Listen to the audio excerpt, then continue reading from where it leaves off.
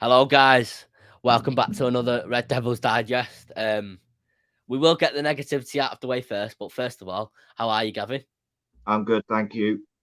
That's great. Actually, having a little bit of rest this week because the kids are broke up. So me and my bed, we've made up. We fell out a little bit because we didn't spend much time together, but we're trying to rebuild our relationship. So Yeah. Well, I got up early today, as you know, I never deal with that well. I never ever deal with that well. I had a driving lesson, and from getting up early, I was a bit distracted on that driving lesson, a bit tired, so I was drifting a little bit. So I need to work on that. But we're here to talk about United, and we will get the game first out of the way. But first of all, I've posted a video on Twitter because I want to show it on live stream. And remind people, there's only one person in here right now, but remind people that in a season of lows, we have had some good points. And this is from a personal experience, although people watching it on TV obviously will have enjoyed it. And I'll just play it.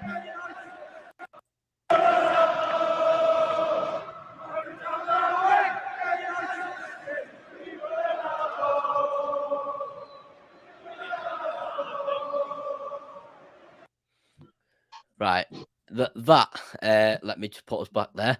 That is a high point of the season. We mustn't forget that we have had high points of the season, because right now I'm in the pit of like, oh, I do not want to watch Manchester United right now. But this Everton game, before I get my opinion on it, before I just have a little bit of a rant, you can have your rant or your opinion. What was your thoughts on this Everton game? well, they've embarrassed me. I put myself out there the other day and said that we get a 3-2 win, and they sort of went, "Oh, is that what you think?" I did joke that because I'd said it that we probably get a 1-1. But oh man, I'm running out of things to say. Every week Yep. we sort of go into the next result and we'll go, this is where we're going to bounce back. This is where we're going to pick up a result. This is where they're going to wake up and go, no, we're going to play for the badge. We're going to play for the fans. Let's finish this season strong. And then they come out and then they perform like that. And it's like, how is we as fans can see what's wrong with the team. We as fans can see tactically what's wrong with the team. But when you see what you saw the other day, that goes beyond tactics. That goes Yep. beyond form. That goes beyond all of everything else that's manager, ins and outs. If you can't put that shirt on and run around that pitch and put a little bit of effort in, then you shouldn't be wearing that shirt. And I agree. I think there's going to be a lot of upset because if when we get the new manager come in and he basically sees what we just saw at the weekend and what we've been seeing for the last few weeks and pretty much for definitely the second half of the season. The first half of the season, it did start okay. We were all on a high. But as we've gone on, it's just seemed to go from bad to worse. And we can only be optimistic for so long. Eventually, Yep. we're just going to go, well, if they've checked out, we're going to check out. And that's a very slippery slope. Once the fans have checked out, it's going to be very hard to get them back on side. I don't know what this Yeah. group of players is going to have to do to get the fans back on side, because it ain't going to be done this season. Even if for some miracle we got top four, it'll only be because the teams above us capitulated, not because of our form. I mean, how is it that we are that close to top four and yet we can't put in a performance to say, you know what, the other teams around us have been kind. Last weekend, we had that weekend and we were really, really depressed. And we thought the other teams, Arsenal, were going to pick up points. And they didn't.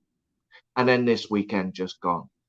We had that result and we thought, well, that's it. Top four gone. And then that result with Arsenal happened again. It seemed like Spurs are picking up form just at a time where anybody out of this group, if they get a run, they've got top 4. Yep. West Ham, would you? I mean, a lot of people were saying, don't write off West Ham. They don't want to win it. They're bottling it. Arsenal, well, you know what? I'm not going to go too hard in on Arsenal because what they have done this season from where they were in the beginning of the season, I think their fans will be a little bit disillusioned by the fact that they lost their last 2. But I think if you look where they were last season compared to this, I think they should be happy to even get top 5, let alone go for top 4. So I don't think they should be too harsh on Arteta and what he's doing. And then you've got us. With the wealth of talent that we've got, not just in our first 11, but on the bench, you're telling me that a group of players can go on the pitch, perform like that, when there is still something on the line to play for? To perform like that at any point for Man United is it's nothing short of a disgrace. I was at a pool bar like snooker sort of thing, watching it. I was playing snooker after the game, which somehow managed to cheer me up. But just there watching it, just sat there. I thought the first 5 minutes we started well. I did. I thought Rashford had a few chances. There was a few chances being created, and I thought, yeah, surely we beat these, surely. But then we go back into our shell again, and we can sit here and talk about tactics. And admittedly, I don't know much about tactics, and hoping to get someone on next month before the end of the season to talk about, hopefully, if we get Ten Hag as manager, his tactics. We could sit here and talk about players and starting 11s and things like that. But from time and time again this season, and me, like, admittedly, I'm positive to the point of delusion, like 99% of the time. But how can I possibly be positive about what I saw on Saturday? Everton run 10 kilometres further than United. Everton, the bare minimum when you put on that shirt is you run your socks off. I want to see you crawling off the pitch if needs be. Crawling off because you're too tired to walk off that pitch. I want to see you crawling off that pitch. I don't want to see you walking off the pitch. And we've got... we can talk about obviously all the media talk and things like that, which we have done in these shows, and I have talked about it on the channel, but it gets to a point where I can't even stand watching the team on TV. Yeah, I can't even. It's almost soul destroying. You saw me tweet on my private account today. I'm glad there's no football on today, tonight, because obviously I'm talking about football now, but I get some form of a break from it. There's no, like, I'm sitting there yesterday saying to my uncle, surely it does not get worse at this point this season, and he says it can get worse. Like yeah. we play at Anfield in 8 days. 8 days. We make hard work of beating Everton, and we're going to make hard work of beating Norwich. Well, this is it. I mean, for me, I was going to say the only positive that I got from the match at the weekend was the fact that we were playing Everton, who aren't exactly great. You know, one chance really that they had, and they scored from it. They didn't work harder than us. That's how they won the game. And then if you look at the teams that we've got still to play, if they'd have played at the weekend, it wouldn't be the score that we just had. It would have been a whitewash. We'd have been on another 5-0 from Liverpool, 4-2, 4-1, whatever results we've had this season.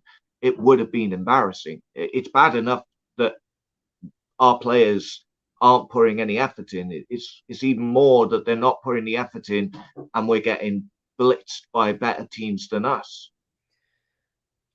So I don't see us being able to get, like obviously we will win before the end of the season. There's absolutely no doubt about that. I'm not completely illogical in thinking that. who do you think get the result against? Realistically, surely we beat Norwich. Surely. They've just won. They've just picked up a little bit of momentum. Yeah, we only just beat them 1-0. The last time. I will get into the rest of the comments. We have Chelsea, Liverpool, Arsenal, Palace, Brighton, Norwich, Brentford. Brighton don't score, but we can sit here and say Brighton don't score, Everton don't score, Norwich don't score, Brentford they're not that great, but neither are we. We don't score. We average less than 1 goal a game this season.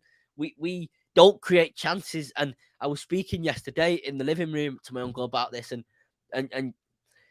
we were watching the City Liverpool game, and I was saying with these lot, like there was obviously 4 goals shared in the game, two for each team, and you're sitting there and you're thinking this game can go either way. This game can, either team can score here. With our games, not just against the better teams, but against the teams which are worse as well. It's like you don't trust us to create chances. Once we have that good 10, 25 minutes that we generally have each game, if that, we have to pray and beg that we score at that point, because otherwise we don't create chances. They don't run. They don't do anything. And I'm sat there watching it, and I'm like, how bad can this get? For me, obviously, Man United versus Liverpool, when we lost 5-0 to him, I cried. I when I left Old Trafford, tears were coming out of my eyes. I weren't obviously streaming with tears. I don't think I've been like that with football yet. I will be with happy tears of joy if we win the World Cup, though. But I was crying at that point, and it's like, even this is a low. Like this is a low, almost as bad as that for me. It's like, I can't fathom it. I can't fathom how Everton just lost to Burnley on Wednesday. They just lost to him, and you're not even working hard to beat them. Yeah, and what is the issue here? Yeah, but that's the thing. They had one less of rest because of playing on the Wednesday and then playing in the early on the Saturday, and then you've got the situation where they should have had their heads low. They should have been coming into that game deflated because they were in a winning position and lost 3. So they should have been coming to our place with their heads hanging, and we should have been there ready to capitalize on that. And we didn't. For whatever reason, we didn't. Now, Brentford in their last two games have scored 6 goals. Brighton just literally scored 2 goals. It was 2-0, wasn't it? Or was 2-1. it 2-1? You've got Norwich scored 2 goals.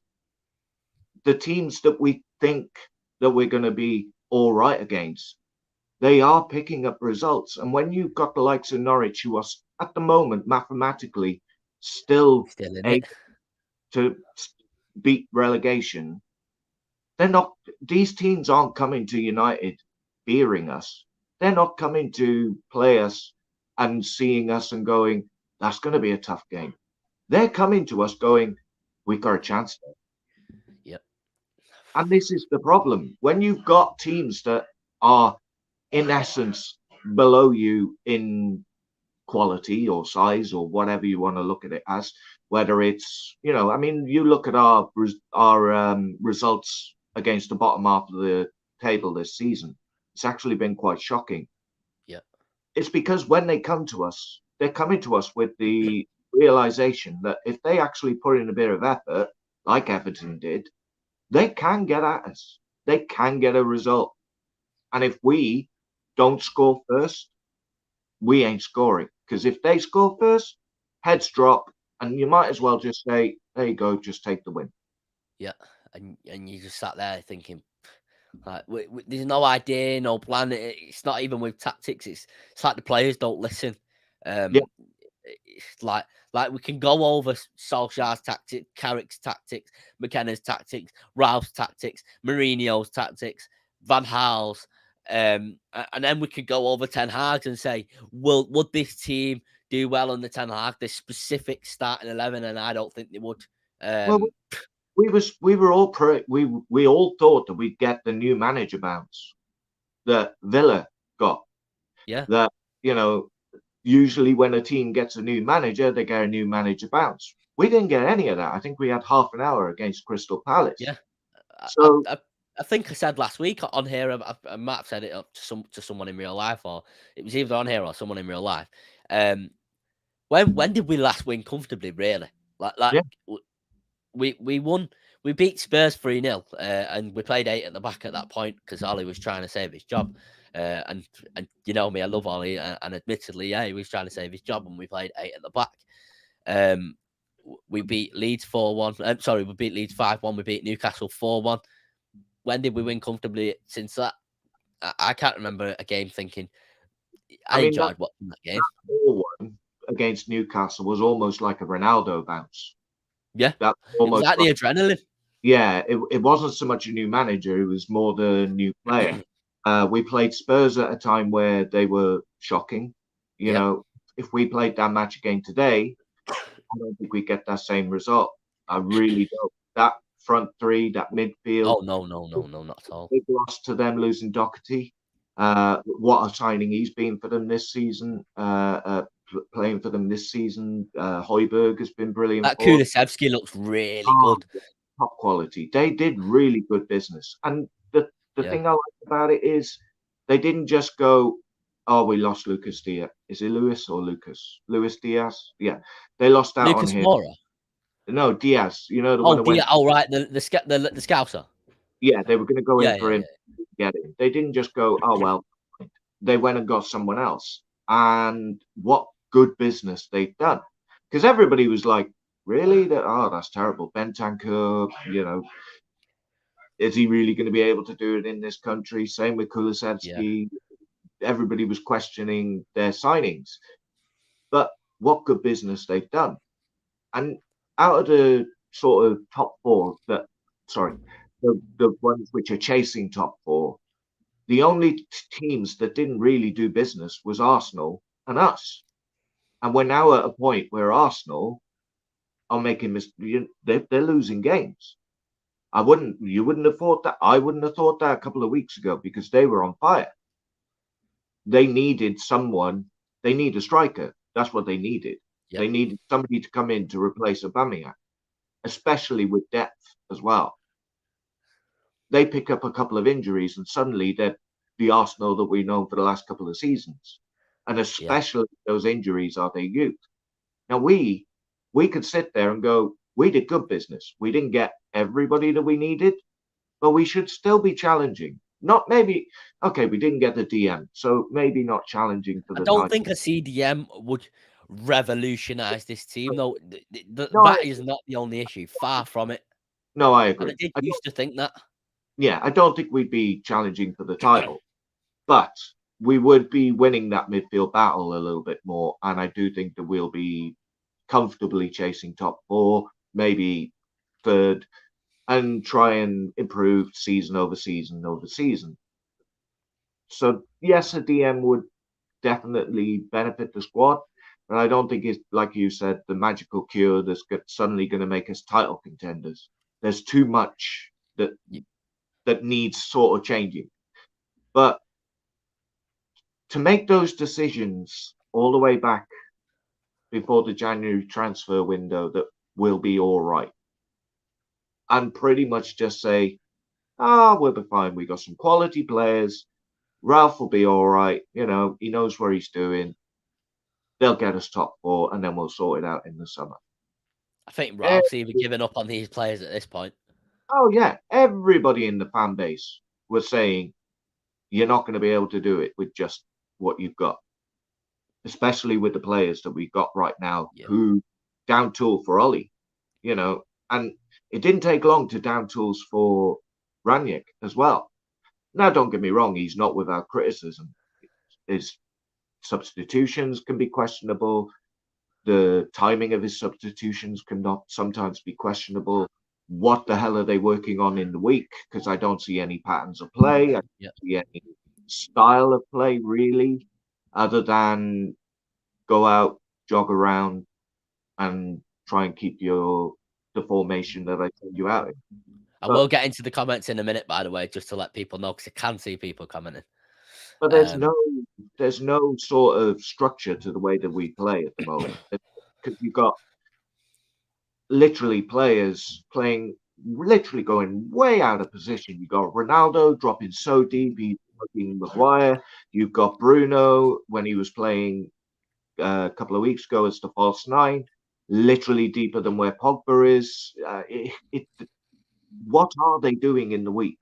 We see these photos of training with smiles on their face. I can't stand these photos anymore. Like I can only stay positive for so long. I'm literally I very rarely now look through the timeline. I'll see notifications, Yeah.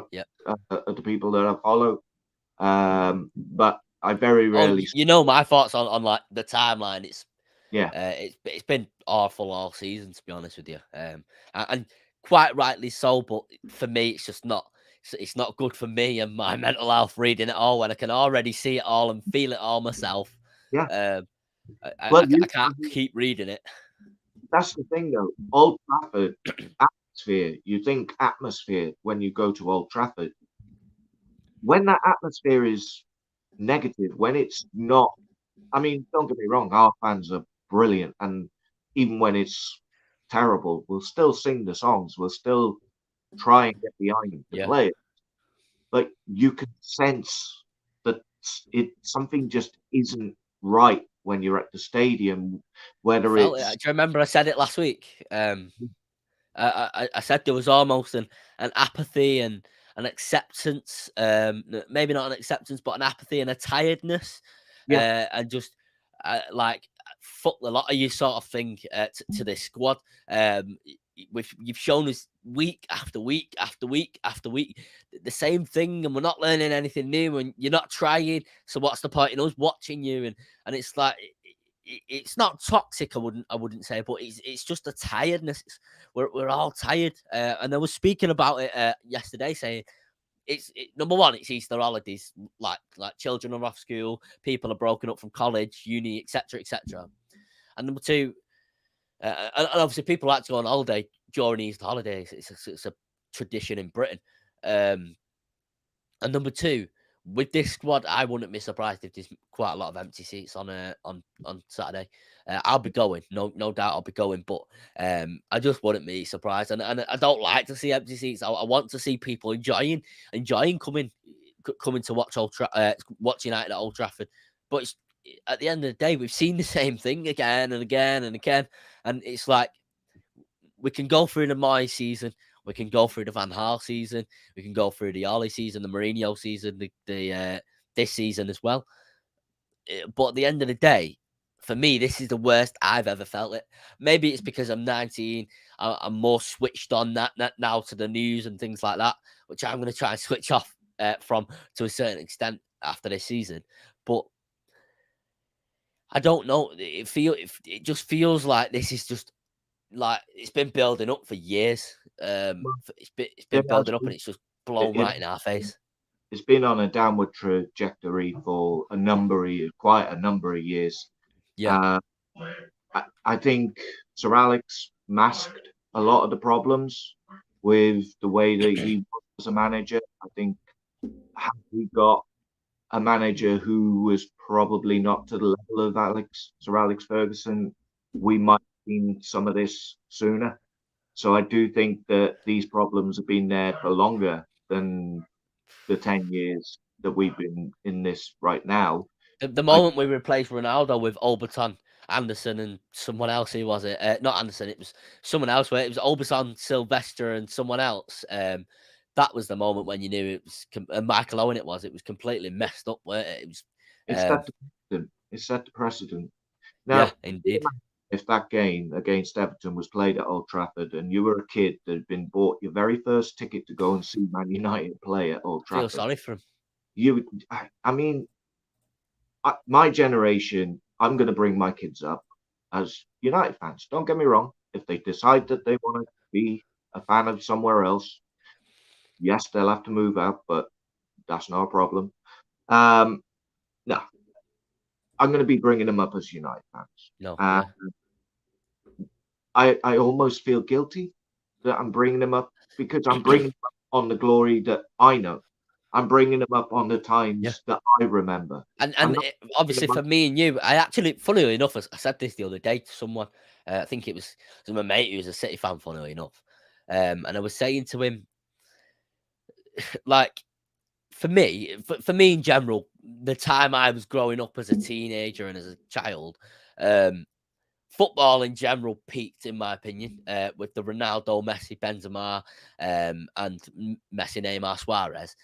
Football in general peaked, but I also grew up with watching Manchester United win the league countless times, win the Champions League once. Obviously, I can only remember it a little bit. I was only 6 when we won the 5 or 6 when we won the Champions League. But I grew up watching that, and kids growing up, like my little cousin Scarlett, she's growing up watching United. Yeah, fair enough. She's not like watching them every single match day at this point, but she's got a United top. She watches them, and she knows some of the players. And it's like, you're not growing up watching what I watch. This is not what Manchester United really is.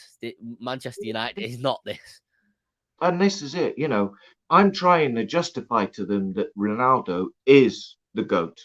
And they sit there and they see the performances that we've had, and they don't see the United that we know, the player that we know, and I'm not putting it all on Ronaldo. I'm just saying, he is somebody who I idolized when he was with us. He's GOAT for a reason in my eyes. And I'm sort of having to do the whole South Park member berries thing, where you're literally going, "Oh well, remember when? Remember?" It's literally. Had we not got history, then what would we have? No, yeah, Because indeed. we're slowly starting to turn into a team that is just about history. We're losing the identity that we had. The theater of dreams used to be a fortress. Teams used to be beaten before they even got out on the pitch in that tunnel when they saw the players that they were going up against. I think Roy Keane talked about it. You knew that when you went to Old Trafford, you were lucky if you would get a draw. I want a player. Obviously, Bruno Fernandes has had these similar comparisons, but I want a player like Eric Cantona. I want 11 players like Eric Cantona. Come in Old Trafford, collar up, don't really give a fuck, like not phased by it at all, and he'll do anything. He'll do anything for this club, and I want 11 players like that. 11 players like Eric Cantona and Roy Keane. Cantona specifically, obviously, I love Roy Keane to bits, but Cantona specifically, I don't want players to be phased by it. Gary Pallister said, when I was at that event, Gary Pallister was saying, Keane, when he first signed, he was phased. He was nervous for the first year, whereas Cantona came in, chest out, collar up, straight away. We want players like that. We need players like that. That is Manchester United. I'm not saying Cantona is Mr. Manchester United. Mr. Manchester United for me is a few people, and obviously he epitomizes Manchester United. Yeah, indeed, yeah. Rooney is exactly the same.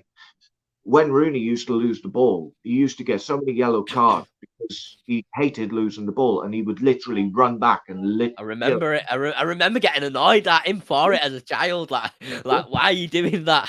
But that's the kind of player he was. He didn't want to lose the ball. He wanted to have that ball, and he wanted to influence the game. And if he lost the ball, he was going to make sure that he worked his bloody arse off to get back and get the ball and win it back. And we need players like that in our squad, and I don't see enough of it. Do you want to start going through the comments? I'm aware that we've got... Yeah. I do apologise to everyone that's in here. There's obviously 5 people in here, but there's been a lot of comments. England, because Gavin's got that England top on, so it's nice to see. Where did you... Hold on, let me show the Ronaldo poster. I'll have to reposition the camera somehow. That Ronaldo poster there, I got that from visuals by Baz.shop. And go check it out. Shannon's got that one. You got the same one? Yeah, same one. Yeah, it's a great one. I've been meaning to put it up for ages, but I only got round to doing it this week. Viva Ronaldo. Did you see the cardboard poster spot on? Yeah, it said not fit to wear the shirt, and then a swear word I won't say because Shan's there. I got a Visuals by Baz hoodie as well. That's a really good one. All right, go check Visuals by Baz.shop out. United. I'm Chinook, who He was in the chat a lot. He does it. He works on it as well. Go and check it out. It's some great stuff on there. Will I do the protest? Yeah. Well, I've only spoken to my uncle about it briefly, and I do whatever my uncle's doing.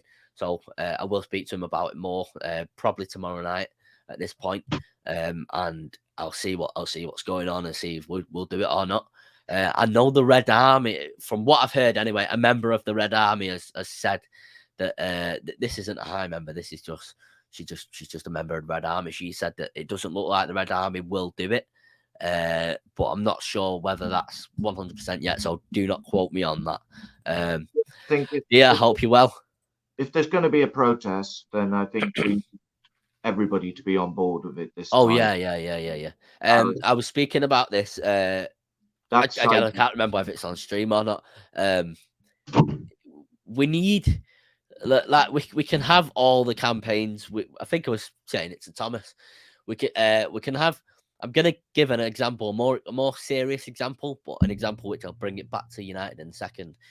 So I think I was discussing it with you as well, actually. So we can have, so against racism, we've got kick it out. We've got no room for racism. We've got peace. We've got Man United's racism will not be tolerated campaign. That's 4 different campaigns just alone to kick discrimination out of football. And if all of them, so Manchester United, FIFA, UEFA, and Premier League agreed on one specific campaign, imagine the power that it would have towards people rather than them not being able to. So for United, we've got we've got the Red Army, we've got United against Glazers. What else have we got? What's the other one? The 1958. It's quite a new one. 58. Yeah, the 1958. Imagine if all 4 could just sort of come together as one, and we could all come together as one. But even if then we also utilize the reach of I know that a lot of them, the sort of YouTube generation, are not as popular with some of the more traditional fans of United, but if something is going to be arranged using and utilizing like the football terrace, like the United stand, even to a certain Stratford Paddock, utilizing those, they can get a message out a lot farther to basically spread that word. Now, when we did that protest in the Liverpool match, everybody was together. Yeah, even the YouTubers were on the same. Because one thing that I will never understand, and I've not said this on YouTube yet, and it's going to sound like a very logical way of thinking, which a lot of people, let's be honest, don't think logically, including myself sometimes. I can understand issues with certain people and the way they deal with things and things like that, and certain things people say and the way they deal with just other things that happen in the background of YouTube as well, which some people are privy to, and it's become public knowledge and things like that. But with YouTube, especially, like I'm going to give my channel as an example, and it's going to sound very egotistical. Just bear with me. I'm not egotistical. If, let's say, someone who has just anyone, let's just say John Doe, so an unknown male or an unknown person, comes onto this channel and finds this channel, someone who has a problem with football YouTube or Manchester United fans uploading on YouTube, surely you don't see a problem with this channel, because on every video, including this live stream, I'm always smiling, regardless of how we're doing. I'm always making jokes. I'm 99% of the time positive about United. We're not stoking any fires. No, I'm not provoking negativity.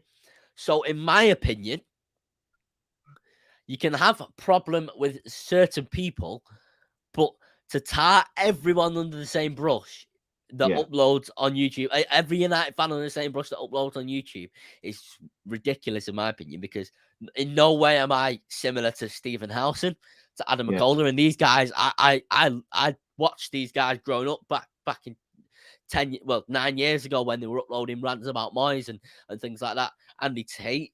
In no way am I similar to Jay Motti, who I speak to very regularly, and he's helped me out massively. I would say he's been one of the biggest helps on this channel in growing this channel to where it is. Obviously, it's not a big channel, but in no way am I similar to these people. And these people are good people, in my opinion. You can have a problem with certain people, but just watch first before you judge it, because it's like there's no way you can have an issue with this channel. Like how there's nothing where I've stoked anything on this channel.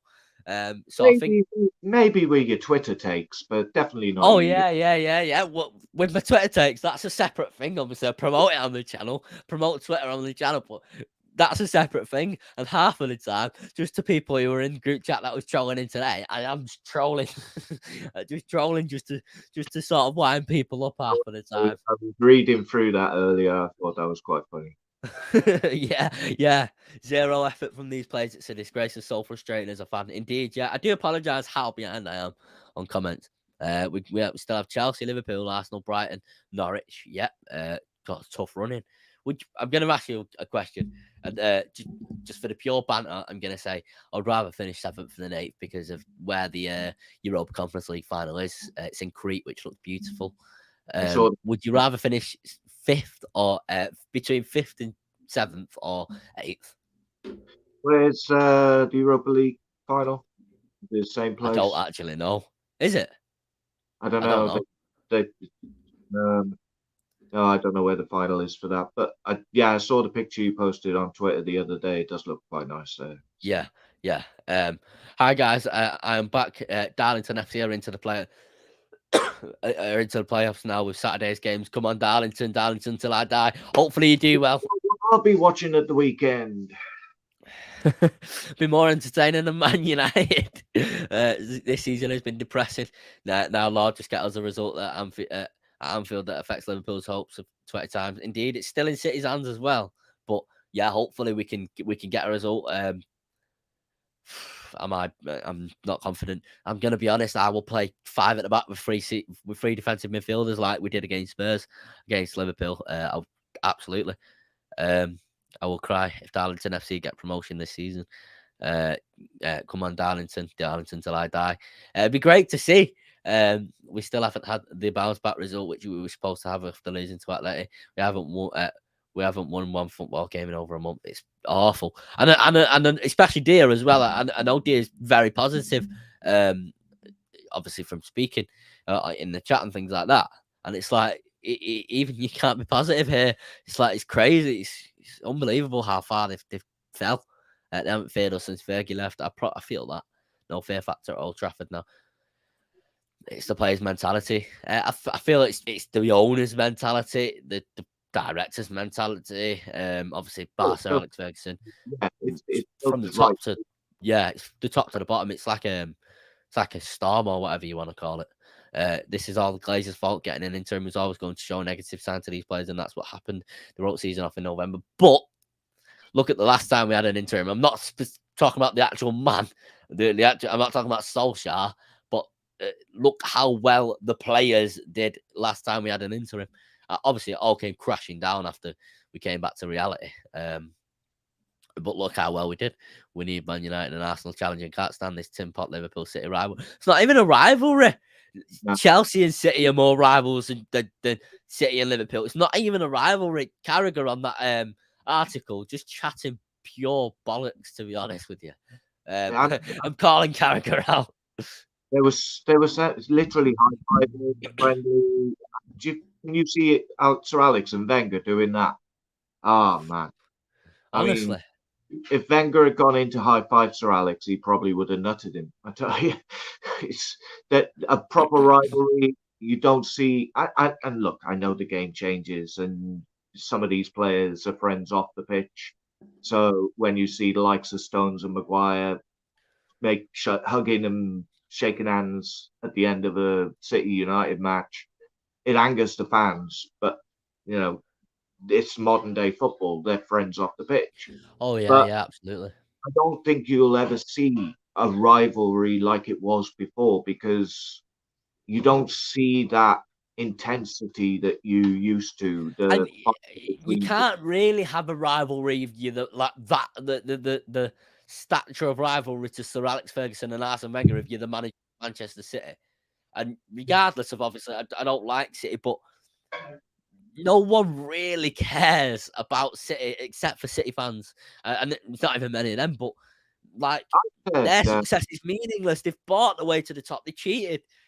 No one really cares. Whereas Man United are this massive, giant club. This one of the biggest clubs in the world. So Matt Busby had built this club. Obviously, Sir Alex Ferguson had built this club and sort of changed the culture and things like that. And that's how a rivalry was born between Sir Alex and Wenger. Nothing like that. They're just two good teams going at it. I replied to Jamie and said they're not even. They might be Klopp's biggest rival, but that's only because Liverpool haven't really been relevant for the last 30 years. So yes, it might be at this precise moment Klopp's biggest rivalry, but there have been bigger.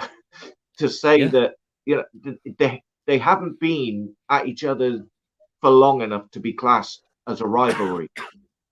City have been dominant a lot more than Liverpool. Liverpool have only been relevant for the last. And even then, no one really cares. Like obviously, we don't want City winning things, but their success is absolutely meaningless. It's not real football, is it? It's not real. It's not how football is meant to be. That's just buying your way to the top. It's almost. I was fuming. The other day. They advertised a bloody documentary, The Rise of Manchester, or The Rise of whatever it was, the Manchester City. There is no rise like where near us. You are. I said you're at 7:30 tonight. It's like you are. You're gonna absolutely No way. You're gonna put effort into making a documentary of how they've risen.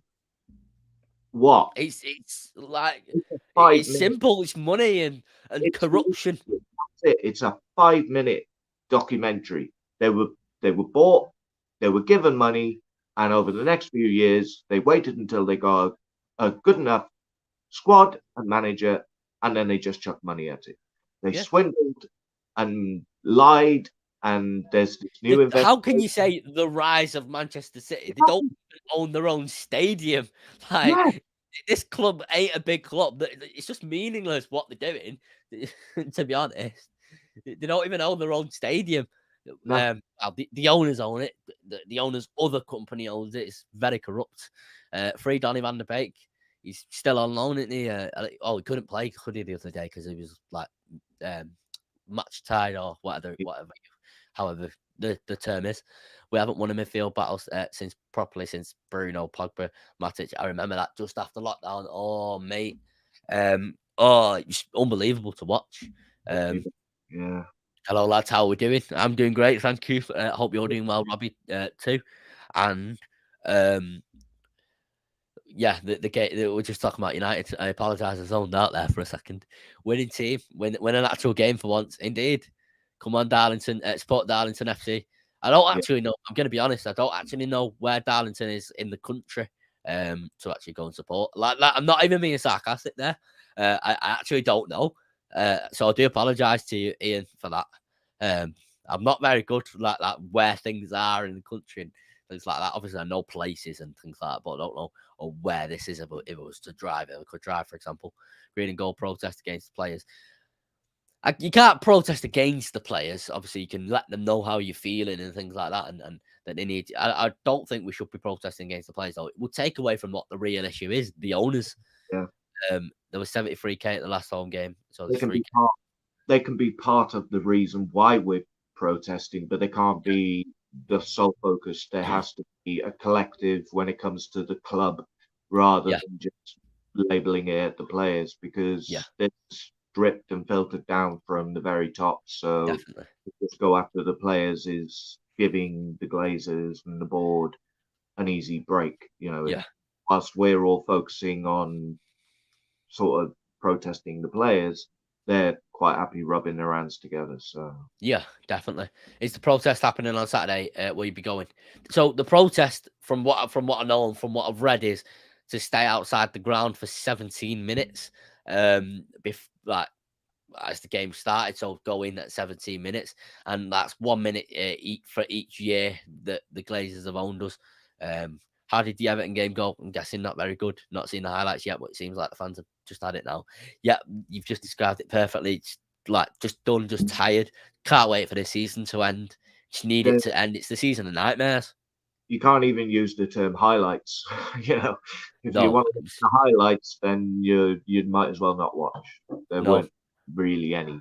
There will be protests. I think there's a the protest is to stay outside for 17 minutes to show them. Well, there's a march, isn't there? They're starting off. Yeah, We marching towards Old Trafford, and because, like you say, they want to try and get the fans to not enter the stadium until the 17th minute. I don't know whether you'll be allowed to enter the stadium after 17 minutes God on that, knows. so I don't know. God If knows. if it's organized and if they can build some momentum with regards to it, then yeah, fair enough. But if this is just going to be like the last one, where I remember when we played Wolves before COVID, and we walked out in was it? It was just after we clapped for the Busby Babes. Obviously, it was in February. It was just before COVID, and we walked out. It was like a walkout, but only 100 or so people did it. And me and my uncle did it, and it was like only 100 people did it. But we yeah, thought, like, at least we've done our bit. Do you know what I mean? At least, if everybody isn't on board with it, then it can look ridiculous. yeah. If you've got only a small section that are staying outside, it's not going to have much of an impact. No, I agree. We need some proper organization with regards to this, and I hope it sort of builds up a little bit of steam, and I'm more than happy to come up like I did before. Yeah. So I'm keeping for it sure. on. I'll keep an eye on it throughout the week and see if momentum builds. And I'm not sure whether it will or it won't. I don't know the future. Gary Pallister was on loan at Darlington FC back in the day. Yeah, I've just seen he made 7 appearances. United finishing when playing conference. I won't read them last 2 messages. Unfortunately, we are at the moment. We got a trust in 1958, like you said, and in Ten Hag. Got to back Ten Hag. I'm not sure whether TRA won't join. There's a difference between a campaign made from the gut. There is a difference between a campaign made from the government compared to fans. That's true, actually. Kai's made a good point there with the Super League, and obviously we mentioned the Super League. We mention it a lot in terms of like that protest versus Liverpool. But we had France's government, which is one of the strongest governments in the world. Behind that, we had our government, which at that point, for that specific situation, I'm not going to praise our government about anything else. For that specific situation, they did well, and they were very powerful and very strong and stood very firm. We had Sky against it. We had BT against it. We had the whole of world football against it, bar Spain, I think. And I think we were all motivated by all of football being angry, although obviously we're all angry at the Glazers. So I think that's a good point. The protest was so powerful, and the campaign was like not a penny more was so powerful that it's obviously it was so powerful that it's reached everyone like that. Hopefully, it can be as powerful as that again. It's going to be a year. It's going to make a year since Super League. We're fans that have been conned again. Yeah, we have. A year since the Super League will mean a year since my first video was uploaded, because my first video was my opinion on the Super League, and it's basically saying it's BS, but in a long 20-minute way with terrible audio and phone shaking whilst it's being filmed. It's basically don't judge a book by its cover. They're literally hugging and kissing like they're in a picnic after the game. Yeah. It's a rivalry like United versus Arsenal. It's just the 2 top teams battling, which is entertaining for neutrals. Yeah, you can't get to the top without paying these days. To a certain extent, I agree with that. City not having history is a myth. They've won the European Cup Winners' Cup in 1970. Yeah, but they've not got the same history that we've got, have we? Have they? They've not got the same history that we have got. Like, our club is beautiful. We almost had the best team ever. Yeah. And obviously a tragedy happened, which was horrible. And then Sir Matt Busby took 10 years to rebuild that, and he stayed despite being ill and struggling mentally with it, and obviously must struggle mentally with things like that, with something like that, with a plane crash. And Sir Alex, obviously we didn't do so well for quite a few years after that, after Sir Matt left. And then we had the Doc, and we had Big Ron as well. And Sir Alex came in and changed the culture there.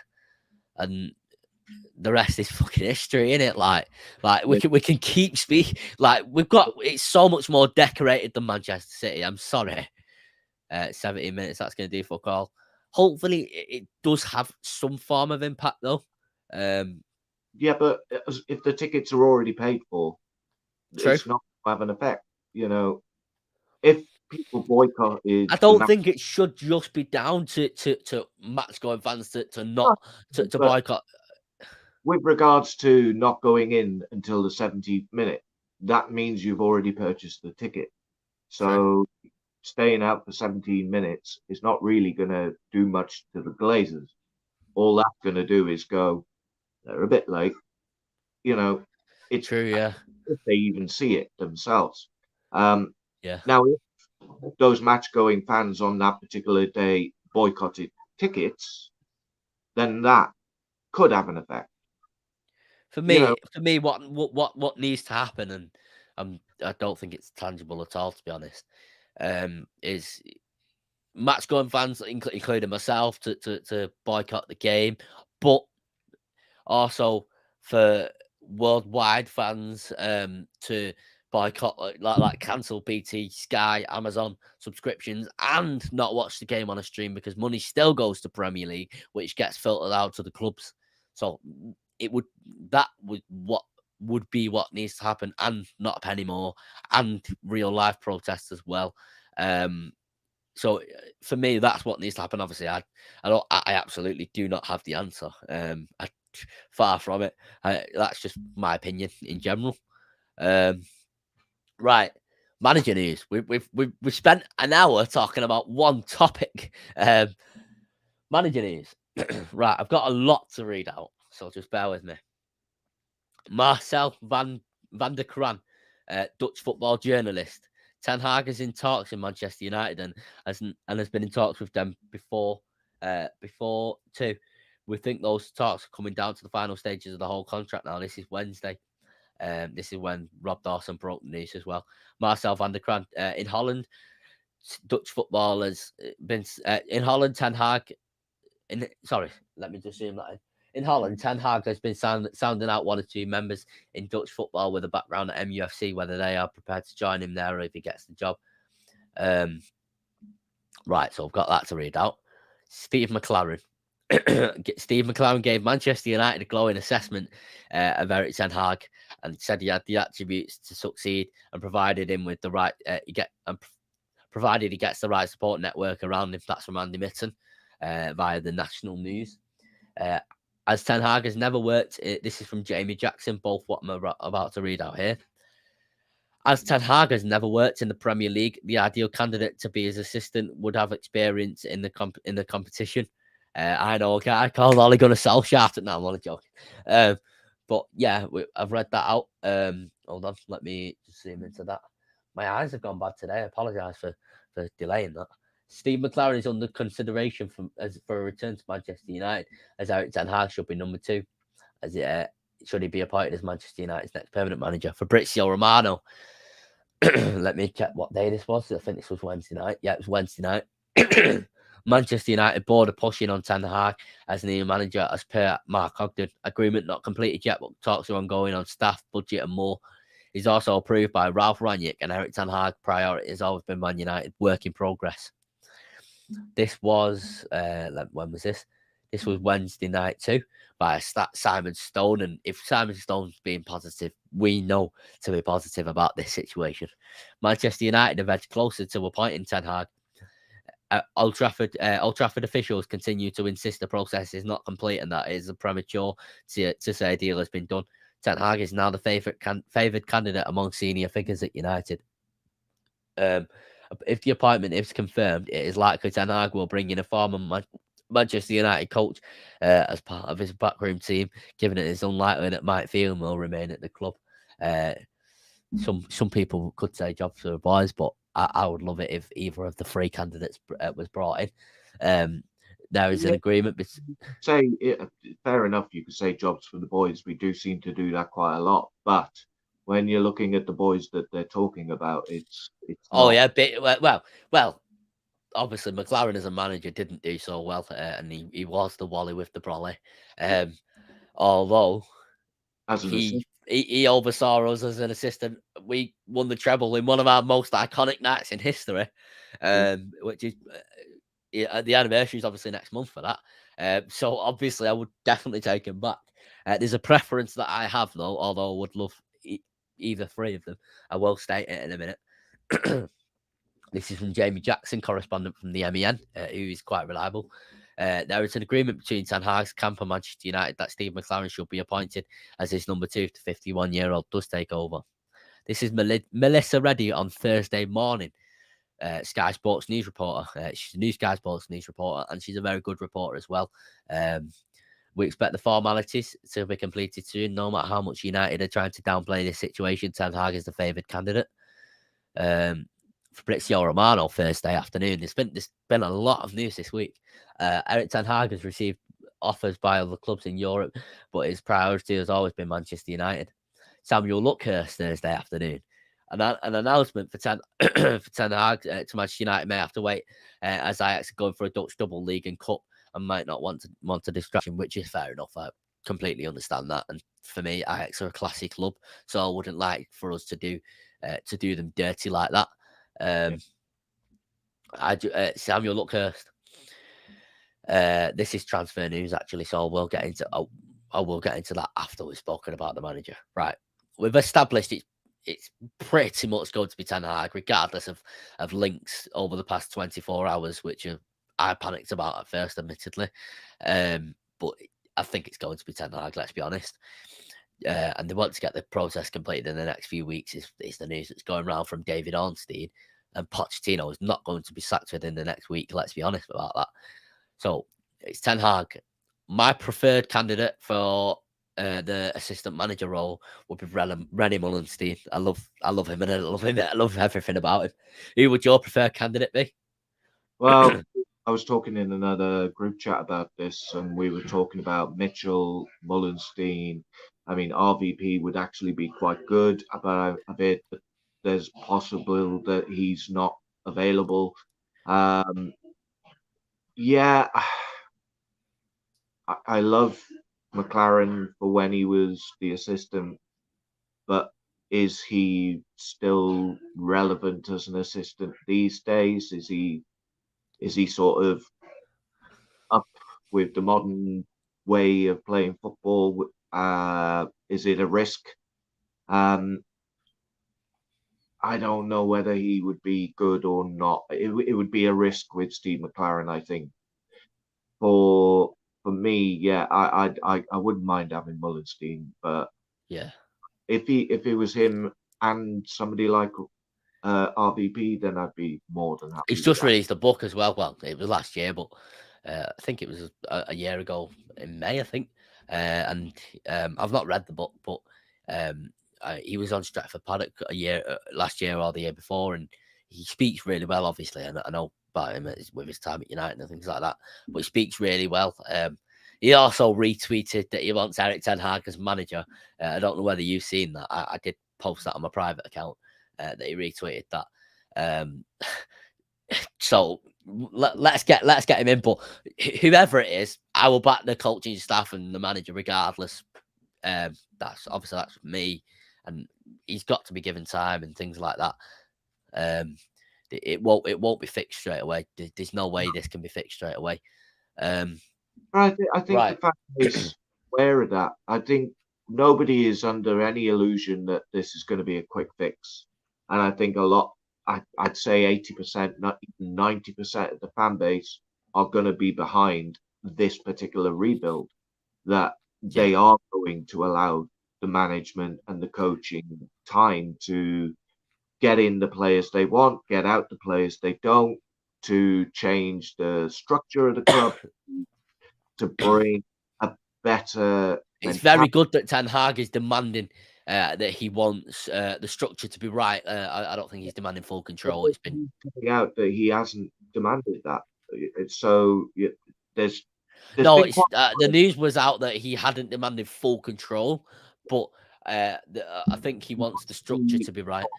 he wants to be involved with Yeah, the decision making of the players. And I think that's important. And I again, I said in a group chat the other day, it would be typical of United to blow this because they don't want to give up any. I don't think so because I agree with you, but I don't think United have got a choice, to be honest, because Well, they have. Pochettino is well, they have, but Pochettino is still in a job. I know Ten Hag is very much still in a job, obviously, but Pochettino's still in a job, and PSG don't seem to want to let him go right now until the end of the season. So Yeah. I don't think United really have a choice or much choice, to be honest. And yeah, I just think I think it's going to happen. Oh yeah. Yeah, and we'll get into the transfer news now because there's a lot of talk. There's a lot of there was a lot of transfer news Thursday and Friday. Samuel Luckhurst said, hold on, let me get that up. He said on a podcast via the MEN, I just cannot see Manchester United, a club still owned by the Glazers, who are about to appoint a manager, Ten Hag, whose record signing is £20.25 million.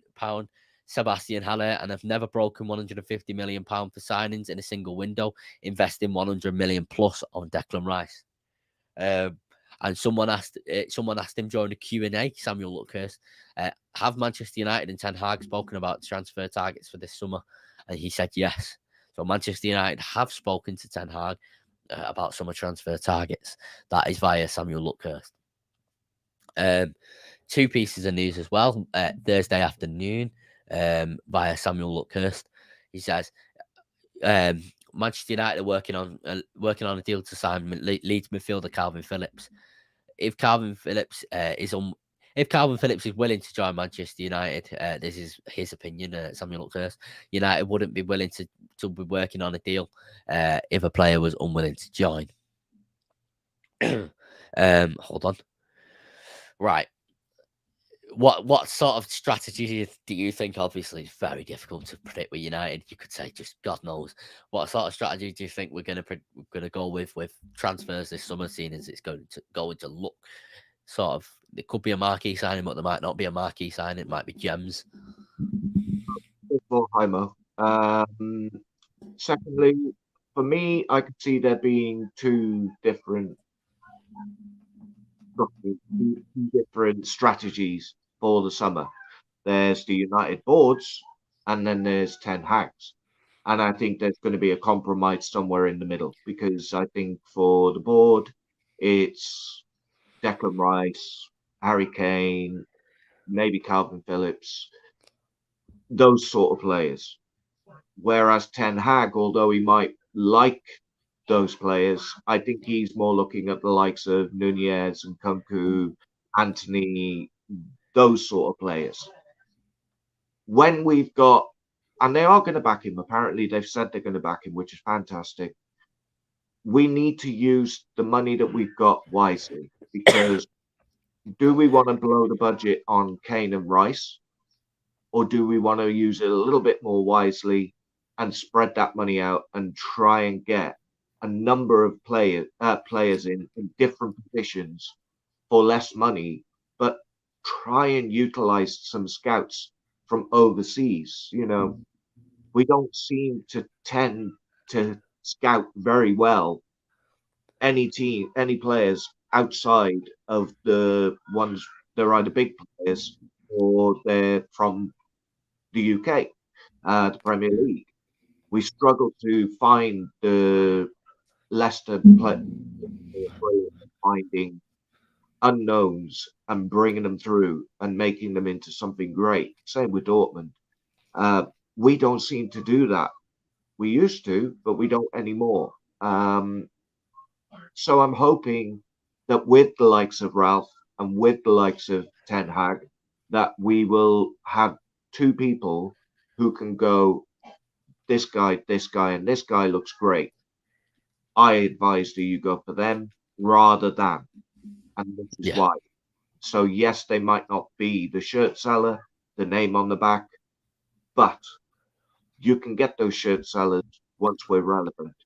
Yeah. At the moment, Yeah. it's not about being relevant. It can be a luxury, can't they? Yeah. And it hasn't worked.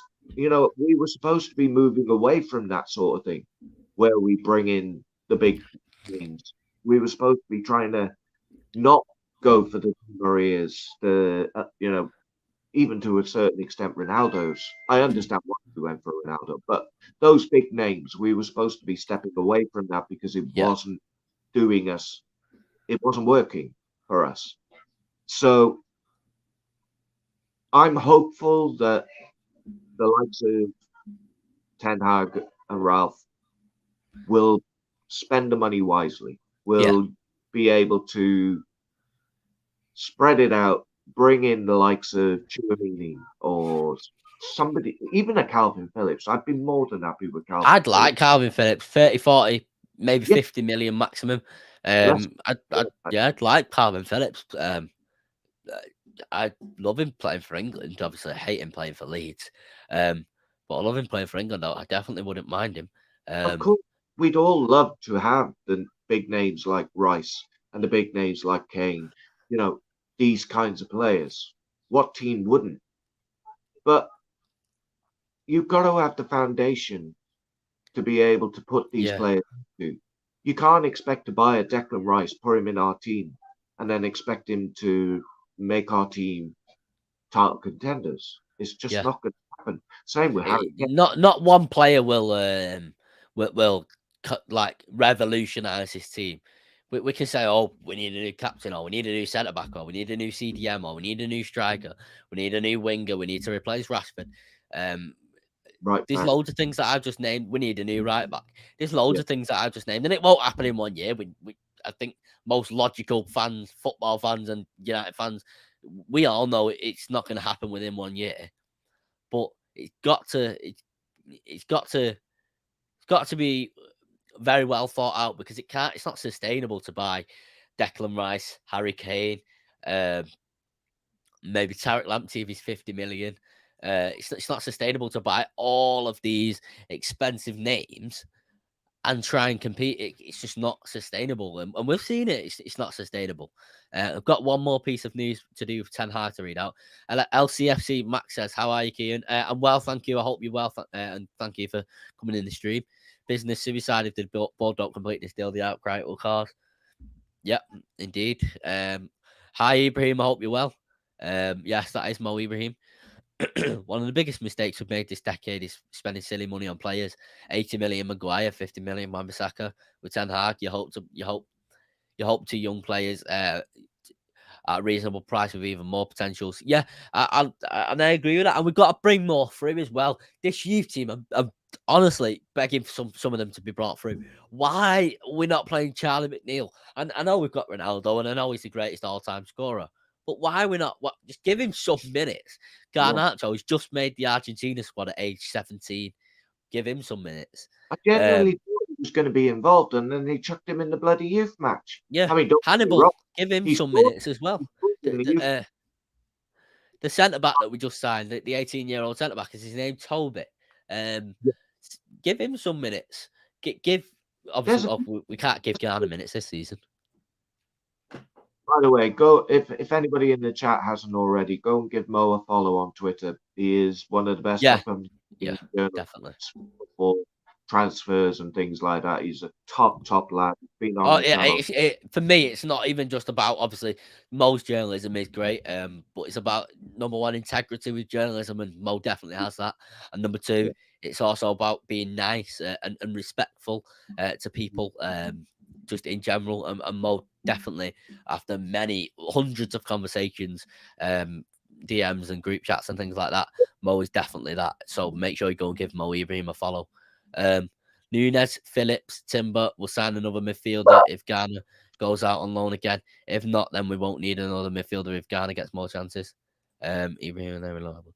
Jay Cook says, do you think that Donny van de Beek, do you think Donny van de Beek could be brought back and utilised to his true potential, how he was back at Ajax? Again, I'm not. He's not playing much football, so that won't happen instantly. Let's be honest with ourselves. But he has the games. Yeah, and I think it will take some time. He's going to need a run of games. He's going to need a run of like 10, 15 games. I've made countless jokes about Donny van de Beek this season, to be honest, and I've got to be honest, I have. But I do hope, and I will love if he comes back and plays to his full potential and thrives under Ten Hag like he was at Ajax. I'm going to say yes. I'm going to say he's going to play some great football. I'm going to say he's going to.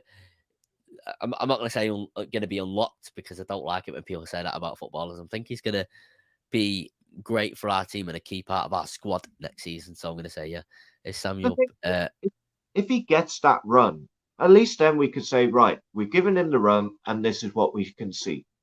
And then we'll know, is he good or is he not? Yeah. At the moment, he hasn't really put a run together, whether it's for United or Everton. He's looked good. You can't really expect him to do well in that Everton team. Like, as much as they've just beat us, the team is proper shite. Like, they are proper shit. Like, and they're still not safe of relegation. I think he would have been better going to Newcastle. I agree. I agree with that. I'm sure. Oh, by the way, actually, Donny van de Beek. I don't know whether other people seeing this. Donny van de Beek had a Bergkamp's daughter, Estelle Bergkamp, his partner, had a daughter yesterday. They both had a daughter. So congratulations to Donny van de Beek. But that might have been a reason for him not moving. As she was pregnant, so it would have been a lot of hassle. He could have still stayed in his house, probably in Alderley Edge or Cheshire, and he wouldn't have needed to move. So that might have been a factor, and we have to. Fans have to factor in footballers' lives, and obviously they have got lives and things like that. At the end of the day, it is a job, and we want them to try the hardest. But obviously they have got lives, and his partner was pregnant, so I can understand why he didn't move. To be honest, although for his career, maybe it would have been better, but who knows? No need spending 100 million on Rice or Kane. We need to invest in multiple positions at CDM, a centre back, a CDM, Pogba replacement, 1 or 2 fullbacks, potentially another winger. I agree with that. In the nose of dodgy now, somehow, yeah. I mean, they have their own sauce, but Ten Hag deal isn't done. Hopefully, it's going to be done soon. Hopefully, obviously, this isn't any information. Just hoping. Thoughts on Wesley Fofana? I think he's a great potential. Played well against us, very well. It was sad to see that injury that he got. It was horrible. Watch actually the injury. We've spoken about this, but obviously I'll repeat it, regurgitate it, as I'll be a hypocrite and do what I don't like other people doing. Fabrizio Romano says Erik ten Hag wants to make sure he has enough power to decide on the project together, and especially to avoid transfer mistakes. That's why he's still in discussions with signing and his rebuild plan. So that's Erik ten Hag. We've spoken about that. We've got Rashford, Pogba, and one Rangnick quote to go through, and a preview of Norwich, which is just a few minutes. So we'll go on the Rangnick quote now. Rangnick said, I told them, people at Manchester United, in brackets, how I see the current squad and what needs to happen. In my opinion, I spoke regularly with board members, and they know what I think needs to happen in the summer. Let's be honest, he said, sell fucking lot of them. So get rid of them all. Get rid of all 23 out of this squad. What do you reckon he said?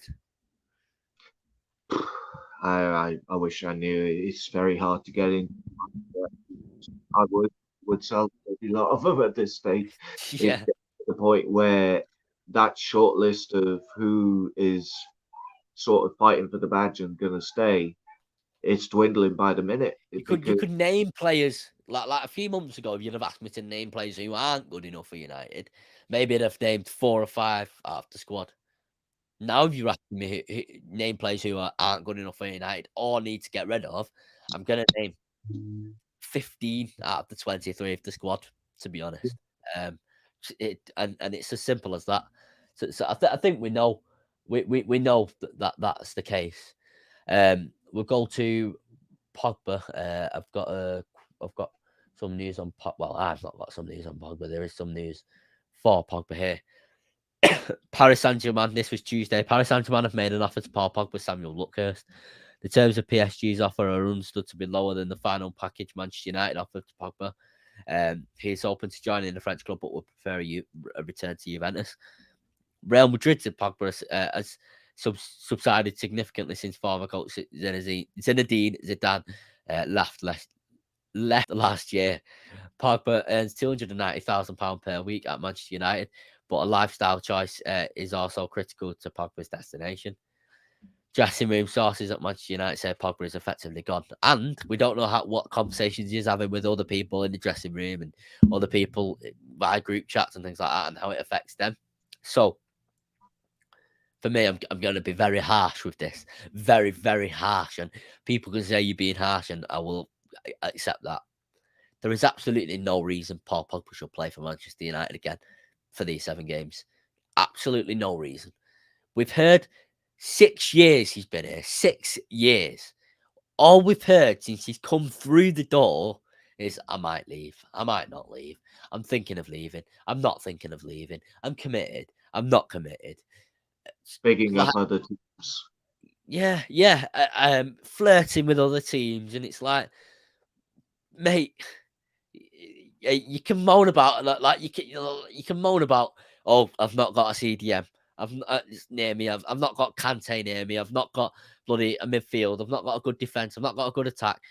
Exactly. You can moan about all of that, but at the end of the day, we've heard for 6 years that you don't want to be here, and you would have signed the contract. We're now in mid-April. You would have signed the contract if you wanted to stay, mate.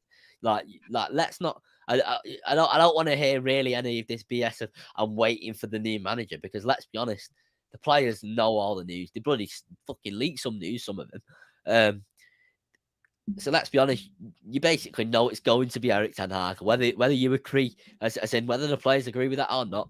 You know it's going to be ERIK Ten Hag, or it's very likely to be ERIK Ten Hag. Yeah. There's no reason that regardless of Pogba's ability, regardless of how good he is, there's no reason that he should be playing on his day. There's no reason that he should be playing these last 7 games.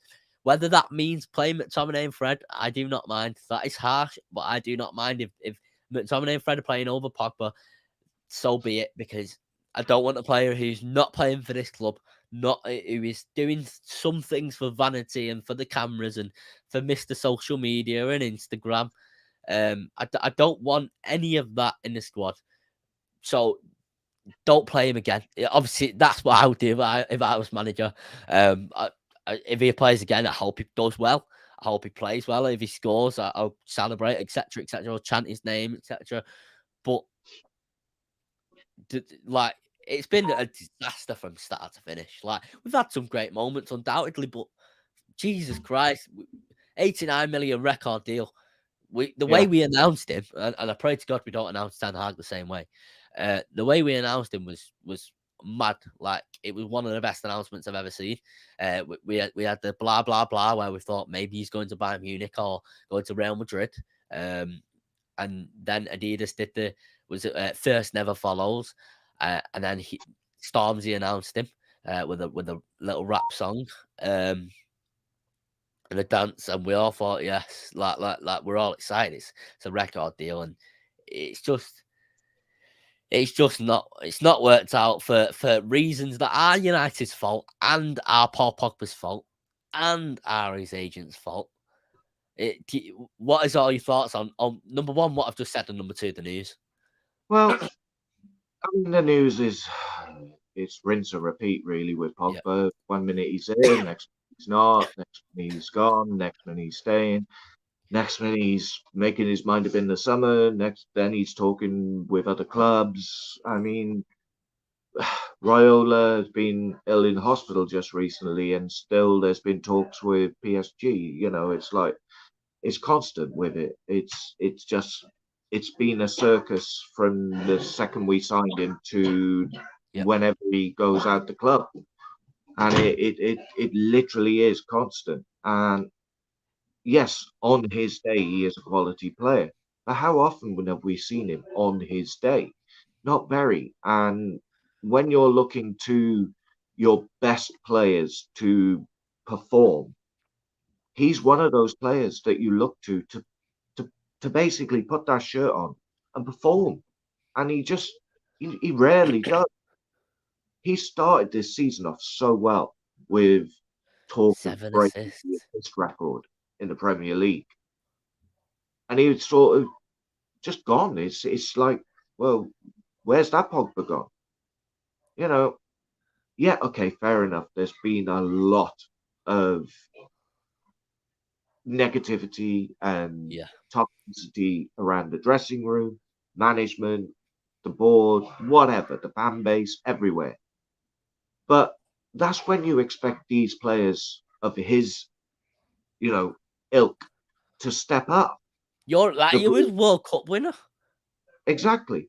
You expect the Brunos, the Ronaldos, the Pogbas, even to a certain extent the Maguires, who is the club captain. You expect these Yeah. players to grab the team by the scruff of the neck, grab the match by the scruff of the neck, and say, "Right, let's keep the ball a little bit," or "Come on, let's move a little bit further up the pitch. Come on, just do something." But of all the people that have sort of checked out, I think he checked out first.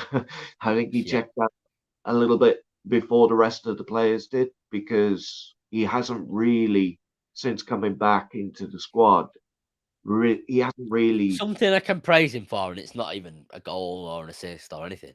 It's the red card against Liverpool. I'm going to be honest. We're 5-0 down against Liverpool, yeah. Against our biggest rivals, against the Scousers at home. And they're singing Ollie's at the wheel about our club legend, and it's hurting everyone. Um, the, the, the absolute bare minimum I want from the players with that happening is to be sliding in 2-footed and get sent off. Do you know what I mean? Get sent off by all means. If you're 5-0 down, I want to see you angry. I want to see you getting sent off and this, Yeah, that, and the other. So a I little will bit. praise him for that. Yeah, you And, want and that fight. You want yeah, the desire that the fan base has got, that urgency, that want to actually, win. win. Yeah, to Yeah. win, to not accept mediocrity, to not accept that you're being labeled what you are. And the problem is, rather than do something about it on the pitch, they're moaning about the negativity on social media. They're talking about it in press conferences or interviews, how they don't like the negativity that the fan base give or the things that are being said. Well, what else do you expect? To be honest, I hate the negativity a lot of the fan base given. I feel a lot of it. I'll be honest. I feel a lot of it is quite unjustified, and it's there's negativity being put out there when there is reason to be positive at times. And but now at this point, obviously we're going right back to October with that loss. But at this point, we're thinking like we just need this season to end by crook or by hook. Just end this season. Like I said last week, and like if it's like unbelievable. And he has to be one of the players that goes out the door. And I'm sure he loves United. Obviously, I don't know him. I don't know anything about him as a person in the sense of like about him, whether he loves United or not. But I think he probably does love United. He came through as an academy product, and he said several times he loves United. But you've just not shown it, mate. Like what you're demanding is £500,000 per week for But, performances that are mediocre. yeah, What for? For what? For what? Like you've not done anything. it's always For, potential with Pogba. It's always potentially the best midfielder in the game, yeah, potentially the best player that we got in the squad. It's very rare that you see the Pogba that we saw in the World Cup. It's very rare you see the Pogba we saw in the second half of that City match. yeah, I remember that, and we stopped him from winning the league. Yeah, he can do it. We know he can do it. It's just he doesn't do it enough. And with everything now that's been going on with this circus around will he or won't he sign the contract, will he or won't he stay? I think everybody's just. I think Yeah, I feel what I can describe it as now is we obviously this has been going on for 6 years, like I say, so we're all numb to it. Like we've got the news around leaks in the dressing room. We've got the news around the players aren't happy with Ralph's methods, with all these methods, with Carrick's methods, with McKenna's methods. That we've got all that news, and that's all raw because it's like, oh, it's never really happened this strongly, apart from this season. But this Pogba news, like I say, it's constant every single week for 6 years. We've heard this, and it's like we're just numb to it. Just go, like, just go. We're sick of it at this point. It's like I'm And not if he, feeling anything when reading it. the thing is, if he disagreed with any of it, or if he felt that any of it was out of hand, he would have said something to his agent, Yeah. or he would have said something in public.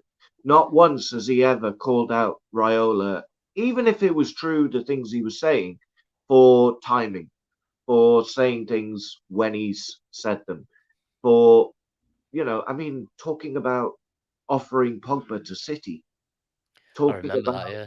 you know, talking about Pogba moving before that Leipzig match. Everything with regards to timing, it's almost like it's done against United. And Yeah. not has Pogba come out and said, look, I am thinking about going, but what the timing of that was bang out of order. So it's clear at the end of the day, Raiola is employed. He is an employee. Oh, yeah, Pogba yeah. pays him to be his agent. He would have So sacked him long time ago, if he felt he was bang out of order. And yeah, he's not doing anything that Pogba wouldn't sanction. So I think for the player, for the fans, for the board, for everybody, I think a break, a complete break. Pogba goes off and tries to win the French League and maybe a Champions League. We can try and start rebuilding yeah, and see where I'm we not are. sure it will help us with rebuilding with him in the squad. I No, just, I, no. I think it's past that point now. You've not signed a contract by April, and if you sign it in a week, it's almost like, oh, you're not committed. You've done it for the wages. That's what it's almost like. He's You would have bit. signed it by now. He's hoping there's a bidding war. That's exactly Yeah, what he's. yeah, I He's agree with that. a bidding war in Juventus, PSG, Real Madrid, and United. And Yeah, and probably Barcelona as well.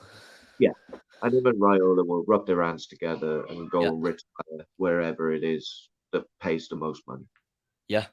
Mustafa said, "Good evening. Hope you're well, Mustafa. If you are celebrating Ramadan, is it Ramadan? I don't want to be disrespectful. Yeah, Ramadan Mubarak. Yeah, Ramadan Mubarak to you if you are like celebrating it or taking part. I'm not really sure how to word it. Don't be offended. But yeah, I hope you're well. We are about to speak about your favourite player in Marcus Rashford. The contenders for the Manchester United's job have told the club that Marcus Rashford is a vital asset to the club and would figure strongly in their plans to rebuild. That would be it would be nice, but obviously I would like to see Rashford given another chance. well, Um, he is a vital asset if we can get the player back that we all know and love. yeah, I think he needs to be looked at by whoever it is. If it's ETH that comes in, he needs to look at Rashford. He needs to study him. Needs to work out whether it's a mentality thing, whether it's something in his personal life, whether there's still a niggling injury, or whether it is just he's not the same player that he used to be. yeah. And I think there could be difficult decisions that need to be made when it comes to Rashford. Including from myself. Like I'm Yeah, trying to myself come to terms with the fact that and I'm annoyed with Rashford myself. Like, mate, just chill on this media team, and just it's very clear he has a team of people working around him. It's very, very clear that he has a team, and the timing of the things that they release, the things that they do release, why they release them, it's almost like we can accept it once, twice, 3 times in the season. When it's 10 times in a season, I don't want to hear it anymore. I can't hear it anymore. I would love to know who his major influences are, whether it's from the PR, whether it's his management, whether I it's think, his well, from agent. what I know, Dane, his brother manages his account. Dane is his management. Hello, Dane is his management, and he also has a team of people working around him. But Dane is the manager. Is like the head, and Dane is. I know someone that knows Dane, and he said that he's a very, very nice man. He's a very nice lad. He's actually mates with Dane. Um, Marcus is a very nice lad, and so is Dane. Marcus is very humble in real life. Dane is a bit more flashy in real life. I've never met him. This is just from someone I know that knows them.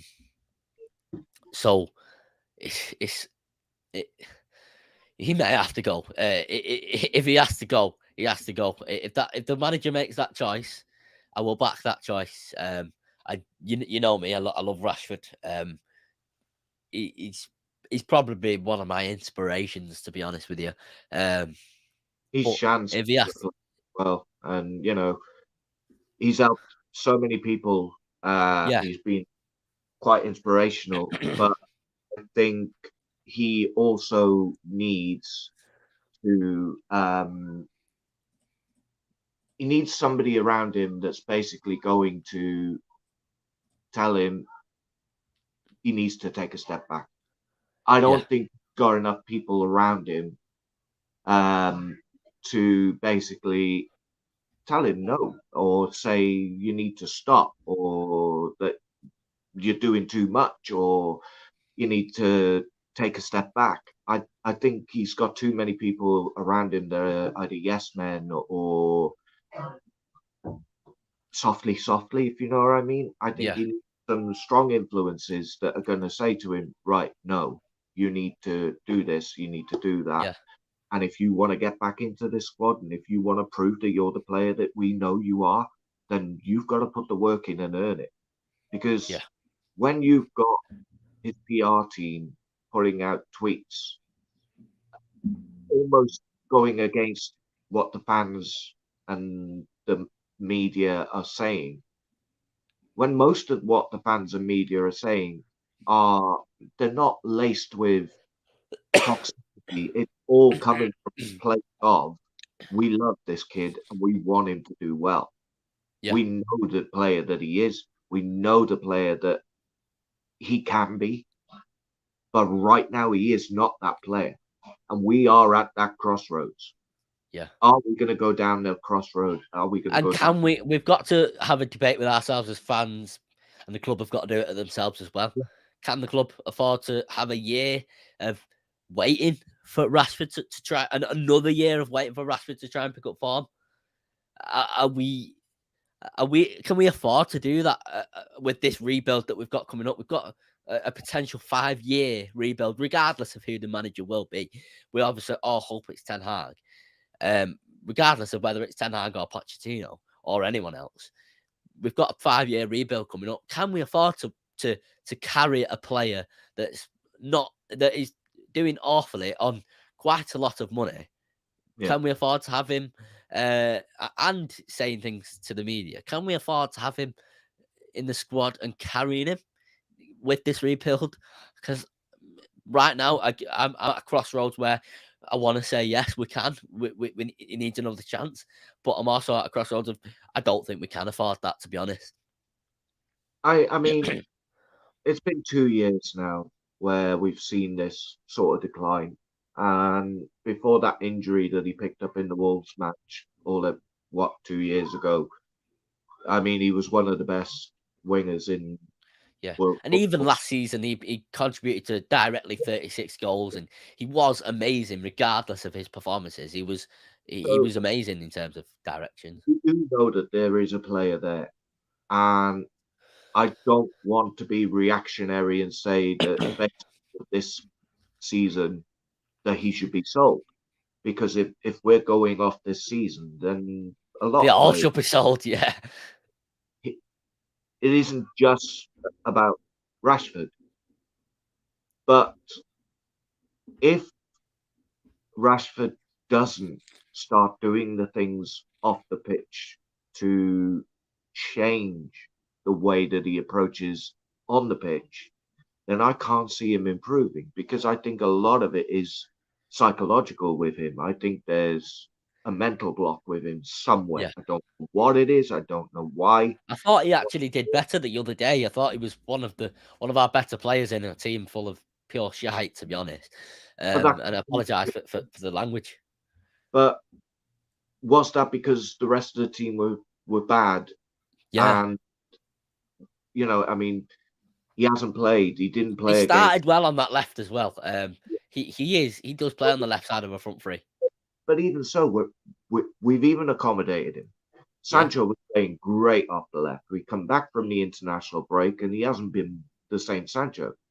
So we're even accommodating Rashford now to put Rashford on the left in his favourable position, and we're still not getting. He's better. He is better, but I don't think we're even anywhere near the quality that Rashford is capable. No, I So agree. I do think that he deserves a chance, but I reckon give him till January. Give him till January. Yeah. See how he goes under the new management. See if a change of coaching, managing, a change of the way that the team is being run will help his mentality, will help with the positive around the dressing room and off the pitch, and see. And hopefully he'll come through and he'll come Yeah. good. Absolutely, yeah. We'll be back. Before we go, preview of Norwich. How do you think that game's going to go and score prediction? Well, I would have said easily it would be an easy win. I would have, but I mean, did you see the Pookie goal? Yeah, I did, yeah. Oh, the control. I mean, he Yeah. doesn't score often. Well, he got 9 goals this season, to be fair. For Pukki, But that's good. if you see when he first came into the Premier League a couple of years ago, everybody was talking about him. Yeah. It never really happened, but they are fighting for their lives. And although mathematically we could still play for top four, I don't think that the players are playing for top four. I genuinely don't. You don't see enough of that team, and I don't see really any leaders that are out there. Even Ronaldo has gotten to the point now where rather than berating the players, he's shrugging his shoulders. He's going like this. Yeah. He's effing, because even he's got to the point where it's like, well, what's the point? They're passing to him when he can't receive a pass. They're crossing when he's nowhere near getting on the cross. They're taking players on or not even getting the ball. Like I said, he has to come so deep, it's ridiculous. But I can't see any one player on that pitch. Okay, maybe David De Gea, the way he's spoken has been quite good with regards to his assessment. Varane, are we going to start talking about his injury record?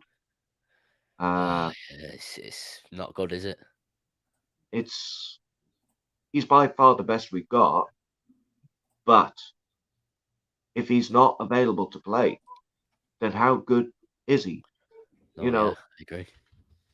Maguire and Lindelof can do a job, but you have to then play a more defensive style of football because they haven't got that pace in behind, which then leaves the likes of Ronaldo, Cavani, Martial, whoever it is that's the striker, isolated because we drop deeper. Now, when we played Everton, I was really surprised how high a line we played. We were literally on the edge of the halfway line, Lindelof and Maguire, and still we didn't really break them down. So we've got to take that into account. I am going to say 1-0 United. I don't think we're going to blow them away. I think that I'm I'm going going to to. say 1-1. We never not concede. Yeah, but when I'll we. say 1-0, actually. I'll say 1-0. I, Because I, I I, won't want to predict United to not win. I do find that we're a little bit better because of the way we play defensive. Depends who the midfield's going to be, really. Do we know Yeah. what the McTominay situation was? Do we know No, why?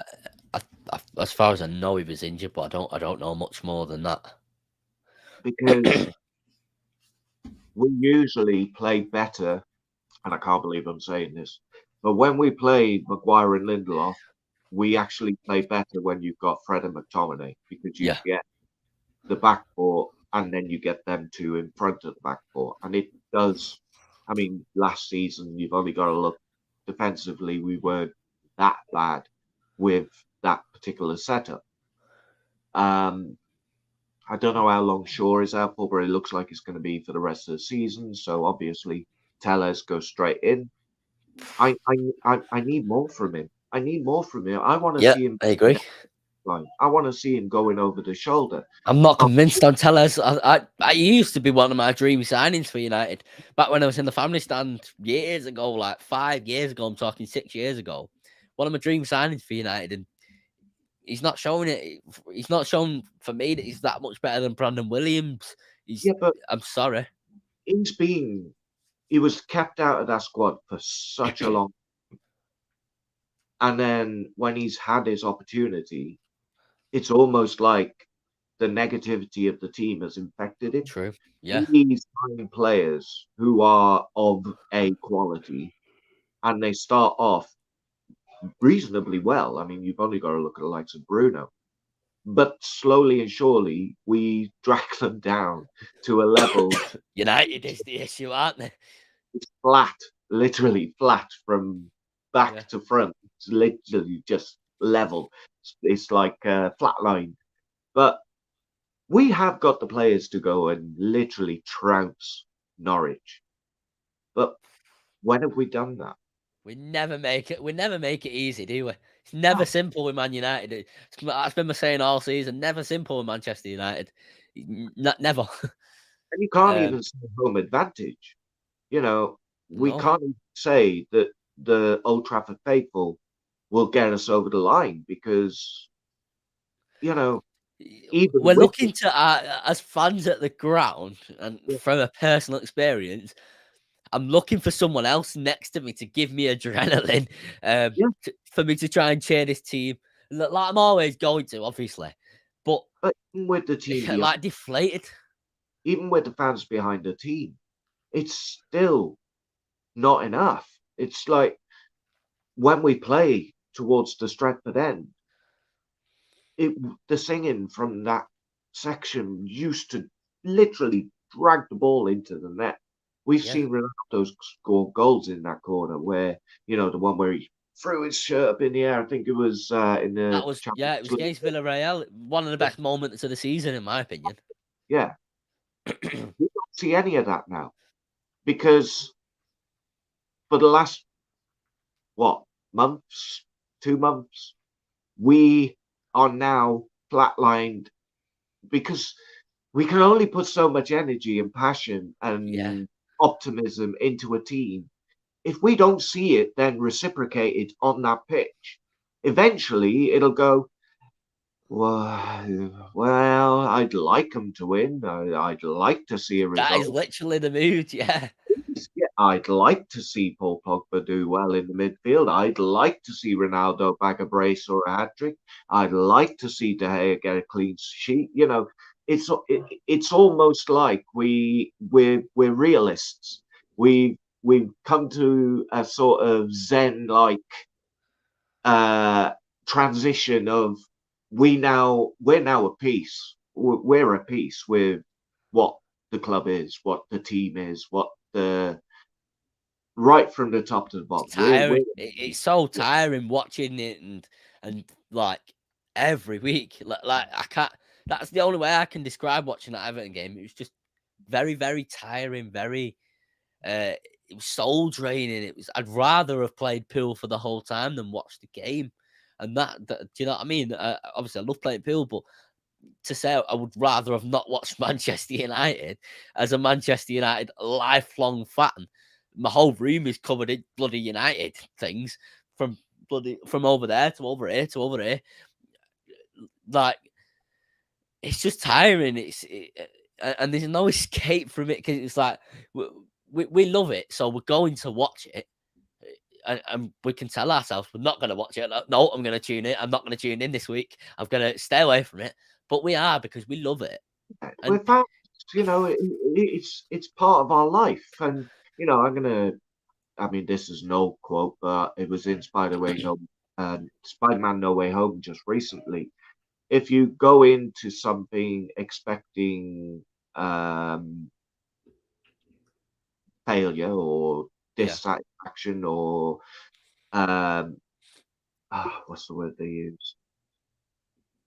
Disappointment. If you go into something expecting disappointment, you can't be disappointed.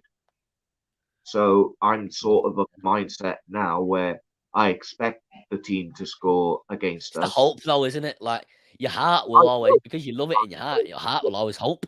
Have hope. I mean, that's our job. That's what a fan is. That's what it means. Fanatical. Oh fan. yeah. It's the hope that kills. Exactly. Yeah.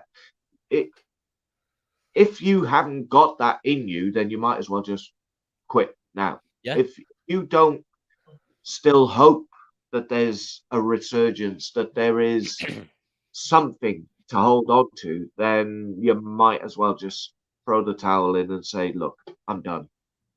I'm done. I agree.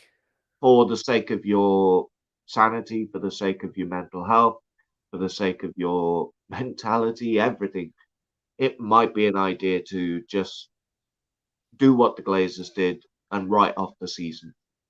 And then maybe check match of the day, see the results, and then. Oh, I'll keep watching that. The bloody, I watched us losing 5-0 to Liverpool. Do you know what I mean? It can't get much worse. The only way is up for the club, and as obviously the weeks go on and Ten Hag gets announced, things like that, it'll be more and more positive. Our moods will change. It's not going to stay this. I've said to you in the past, the only way up, once you've hit rock bottom, the only way is up. Yeah, I just don't know. I just fear we've not hit rock bottom yet this season.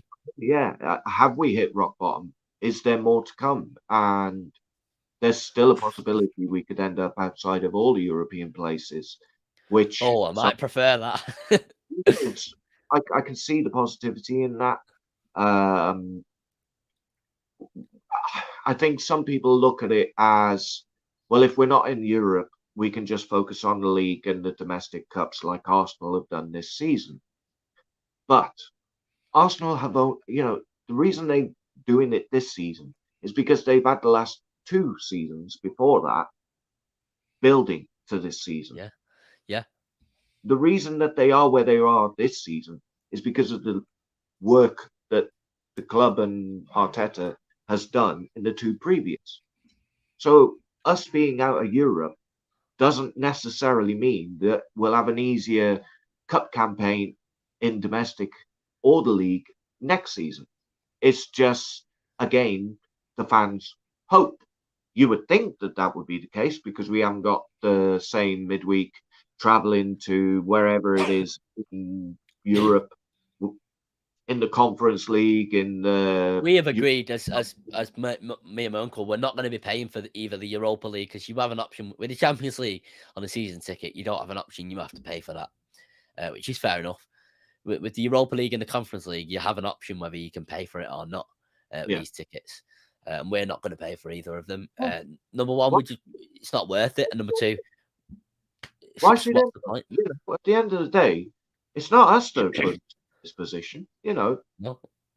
This has been on the cards. We've all seen it coming. Obviously, I'll watch the games, but I don't want to be sitting there in Old Trafford freezing cold on a Thursday night. I can't do that.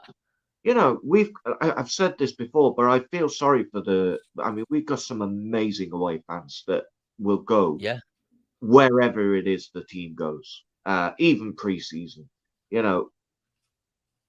I would not expect the Glazers to allow our amazing away fans to put their hands in the pockets to travel to some far-reaching European country on a literally 5 o'clock on a Thursday, wherever it is in the freezing cold or rain, or on a pitch which is made of astroturf or is worse than literally my back garden. Why would fans have to pay to go and see Oh that yeah, when it's not the definitely. fans' fault that they're in that position? Obviously, it's the love and the passion. It's obviously you could say it's for the love and the passion, and it is, but to a certain extent, there's only so much we can take. And obviously there's other factors that go into not paying for this season ticket, including the cost of living crisis. We will not get into a political debate though, as much as I'd like to, because you know me with my political rants. But I'll Yeah, just get into the last comments and I'll end this stream there. Connor says, "Hope you're good, mate. I agree on Tellez. He's had a run of games now, and I don't think he's staked a real claim. Have to take that into account. Have to take into account how bad we are as a team right now. I agree with that. Hope you're well too. Thank you. I've had a good day today. Kind of. I got up early, so I always feel disorientated when I get up early. When we beat Liverpool in 2 weeks and then their title hopes in 8 days, is it? I think it's in 8 days, is it? It'll turn around for us. God, I hope so. Liverpool will not win 2-0. when are the? I thought Liverpool were playing City in the FA Cup. Is Yeah, that they play next week? City on Saturday. I won't be able With, to watch it because I'll be at the United match. They play at half 3.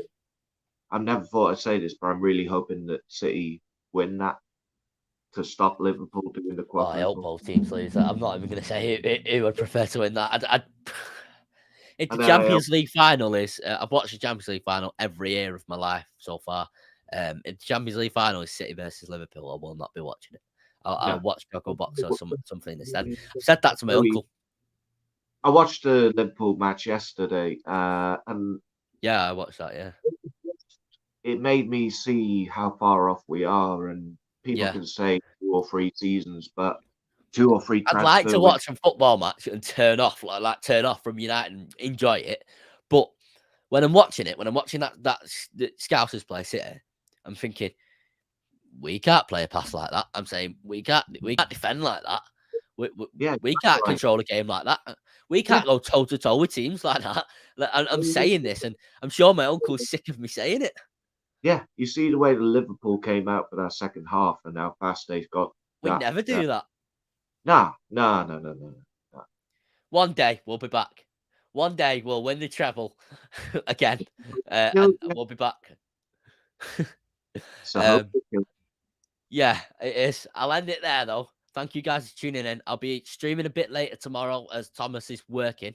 So let me just make sure what time. 6:30 p.m. UK time. I'll be streaming. That is a Premier League game week review. So make sure you tune in for that. Thank you guys for tuning in. I'll see you tomorrow. Good.